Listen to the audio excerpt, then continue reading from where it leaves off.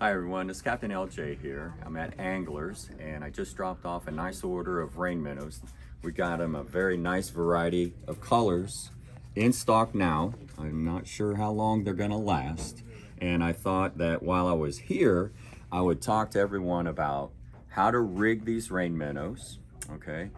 The rod selection, and then talk to you about presentation of the Rain Minnows for different species from black sea bass, white perch, rockfish, bluefish, Spanish mackerel. We'll go through it all. They catch everything. Rain Minnows, they've caught mahi, they've caught sharks, they've caught snapper, grouper. They catch everything. It seems like it's one of the most versatile lures in our arsenal is the Rain Minnow. So let's go over this first. Now, for rigging them, I like to use 20 or 30 pound fluoro, okay? I go fluoro, especially for Spanish mackerel. They're sight feeders. They strictly go off sight. I prefer to use the 30 pound fluoro. However, I've had days out there this year where they see the 30 pound and you gotta go down to 20 pound fluoro, and believe me, they're going, if they don't get it right, they get them teeth on that line, they're gonna cut it. So be sure to frequently check your fluoro to make sure you don't have any nicks in it, because that lure won't last very long. As far as tying the fluoro to your Rain Minnow, I just use an improved clinch knot. You can use, any standard knot.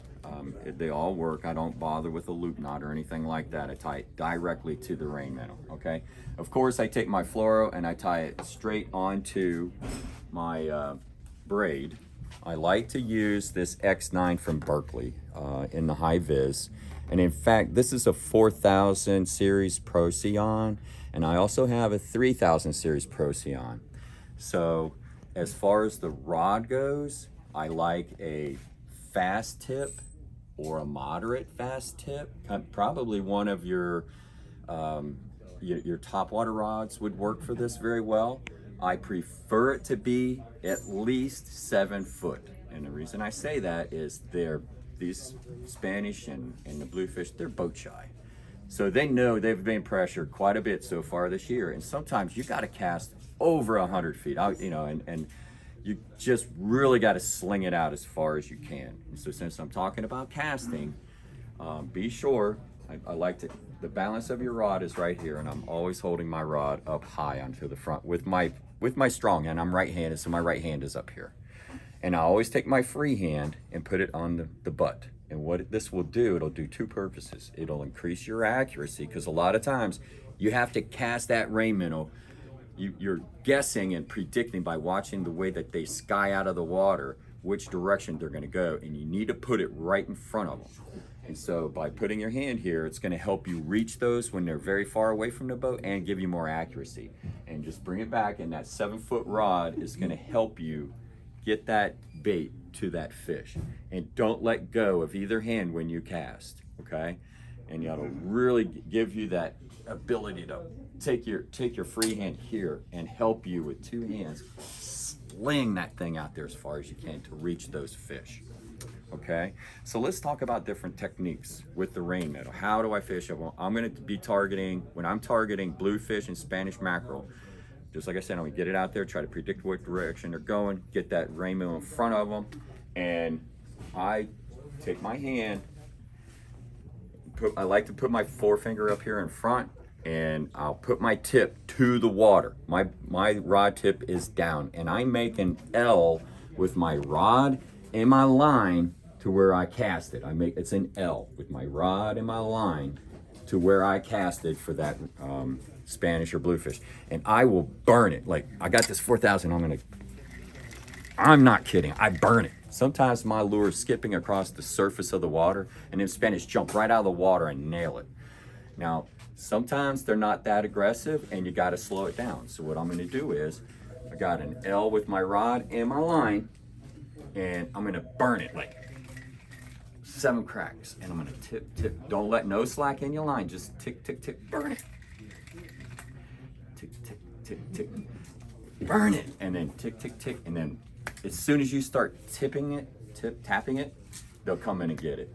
It's rare when you're fishing Spanish mackerel and bluefish if you cast out the Rain Minnow and then let it fall, you know, just like you're fishing a jig where you've got your line tight and you're just trying to bottom fish and you just, you know, keeping it down like that. It's rare that that will happen, but don't be afraid to try it once in a while.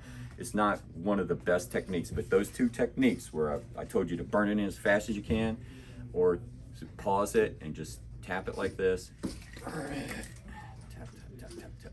That's what's going to get your Spanish and your bluefish. Okay. Now, if you want to go ahead, oh, let me say, I don't know if I mentioned did I say 3000 or 4000 series reels? The Procyon, it's an all aluminum cast reel, and it's made by Dawa. They hold up really well, and you hear how smooth that is. I think they have sealed bearings in here and stuff. It's a great. And then this also, Angler sells this St. Croix rod right here. It's a wonderful rod right there. So great combination. You can just come right here to the store and get it. Anyway, let's go back here to like I'm going to talk first about white perch and rockfish. Okay, just use your regular jigging stick for that. And what you're going to do is you can use the techniques that I just described for, you know, your Spanish mackerel and bluefish. They can get very aggressive, these rockfish, and want to chase also. But the rain minnow, when it falls, it kind of falls like this. It's you know, it flutters down. You would think it would just drop, and it really doesn't. It flutters down like that. Cast it out. Here's the surface, just like any jig.